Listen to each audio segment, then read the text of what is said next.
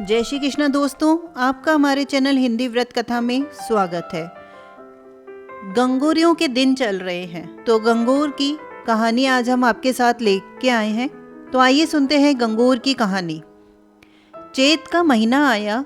होली के दूसरे दिन से लड़कियां और सुहागिन औरतें गंगोर पूजती हैं।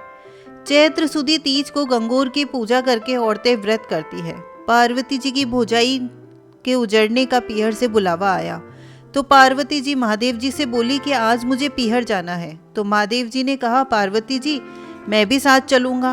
और ईसर पार्वती नंदी को साथ लेकर निकल गए। नंदी के ऊपर ईसर जी बैठ गए और पार्वती जी पैदल चलने लगी। थोड़ी दूर चलने के बाद लोग कहने लगे कि औरत तो पैदल चल रही है और आदमी नंदी पर बैठा है।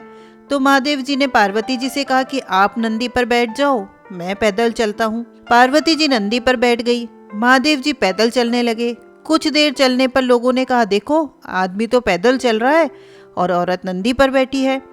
तो ईसर पार्वती दोनों ही पैदल चलने लगे। तो लोग कहने लगे, सवारी होते हुए भी दोनों पैदल चल रहे हैं। अब ईसर पार्वती जी दोनों ही नंदी पर बैठ गए।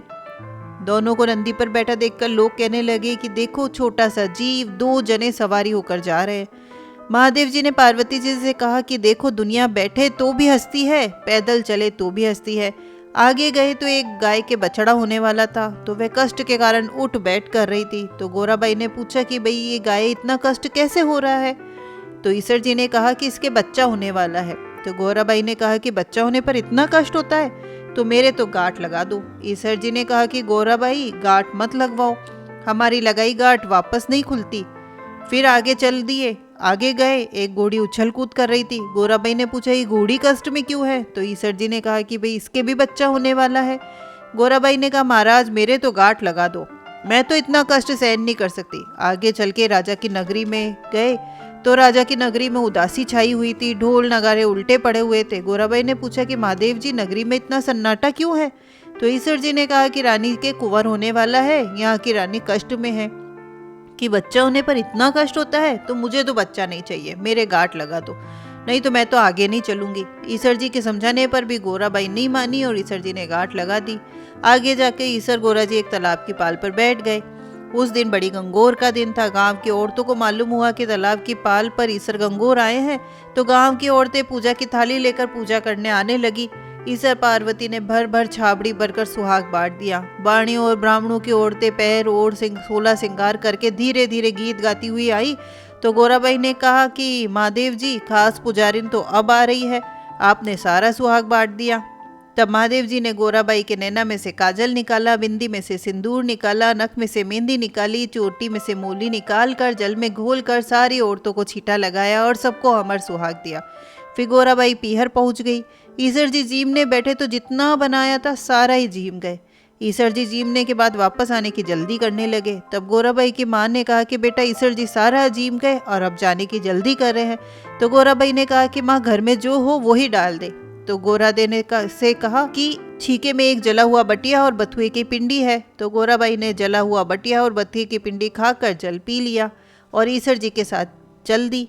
थोड़ी दूर चलने के बाद ईसर जी ने कहा कि गोराबाई थोड़ी देर के लिए पीपल के नीचे आराम कर लो।